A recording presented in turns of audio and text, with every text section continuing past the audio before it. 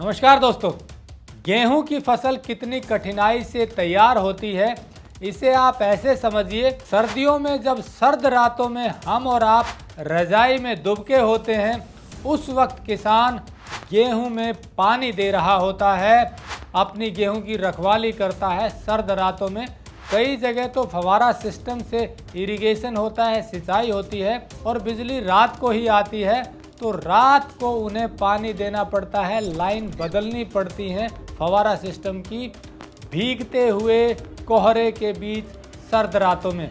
और जब इतनी मेहनत के बाद गेहूं की फसल तैयार होती है तो उसे सरकार खरीद लेती है और उसके बाद वो गेहूं पहुंचता है सरकारी गोदामों में, और इन गोदाम में सरकारी कर्मचारी और अधिकारी लालच और लापरवाही के कारण उस गेहूं को खराब कर देते हैं। एक राष्ट्रीय अखबार की खबर के मुताबिक हरियाणा के 5 जिलों में 46,000 टन से ज़्यादा गेहूं सरकारी अधिकारी और कर्मचारियों के लालच और लापरवाही के कारण खराब हो गया। अखबार के मुताबिक अधिकारी पहले गेहूं को बेच देते हैं और उस बेचे हुए गेहूं की कमी को पूरा करने के लिए उसे पानी से भिगो देते हैं।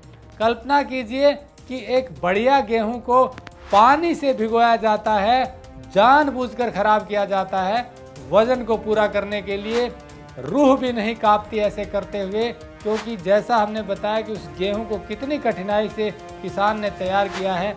कम से कम इस बात का भी ख्याल कर लें तो शायद ऐसा न करें, लेकिन सरकारी कर्मचारी और अधिकारी ज़्यादा पैसा कमाने के चक्कर में इतनी बड़ी गुस्ताखी कर देते हैं। ऐसे में यहाँ सोचने वाली बात यह है कि पैसा ही अगर ज़्यादा कमाना है तो और क्षेत्र बहुत हैं। सरकारी विभाग में जब आप आ गए हैं तो जिम्मेदारी जुड़ गई है, और आपके गलत तरीके से पैसा कमाने के लालच के कारण देश को बहुत ज़्यादा नुकसान हो जाता है। अब लोग कहते हैं कि सभी हमाम में नंगे हैं तो हम पीछे क्यों रहें।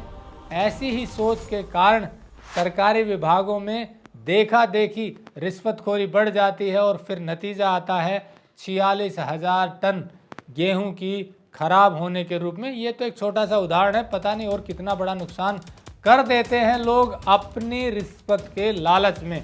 हमारी ऐसे लोगों से विनती है कि आप पैसा कमाना चाहते हैं तो कहीं और चले जाएं, कुछ और कर लें। अगर सरकार में आ गए हैं तो देश की तरक्की के लिए अपने इस लालच को त्याग दें, क्योंकि तात्कालिक तौर पे तो आप पैसा कमाकर खुश हो जाते हैं, लेकिन लॉन्ग टर्म में आप नज़र घुमाएंगे तो इसके नतीजे बड़े भयानक होते हैं।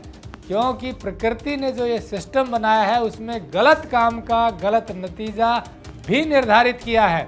अब फैसला आपका है, थोड़े से लालच में आ करके देश का नुकसान करना चाहते हैं और बाद में परेशानी उठाना चाहते हैं, या फिर अपना काम ईमानदारी से करते हुए देश को आगे बढ़ाना चाहते हैं।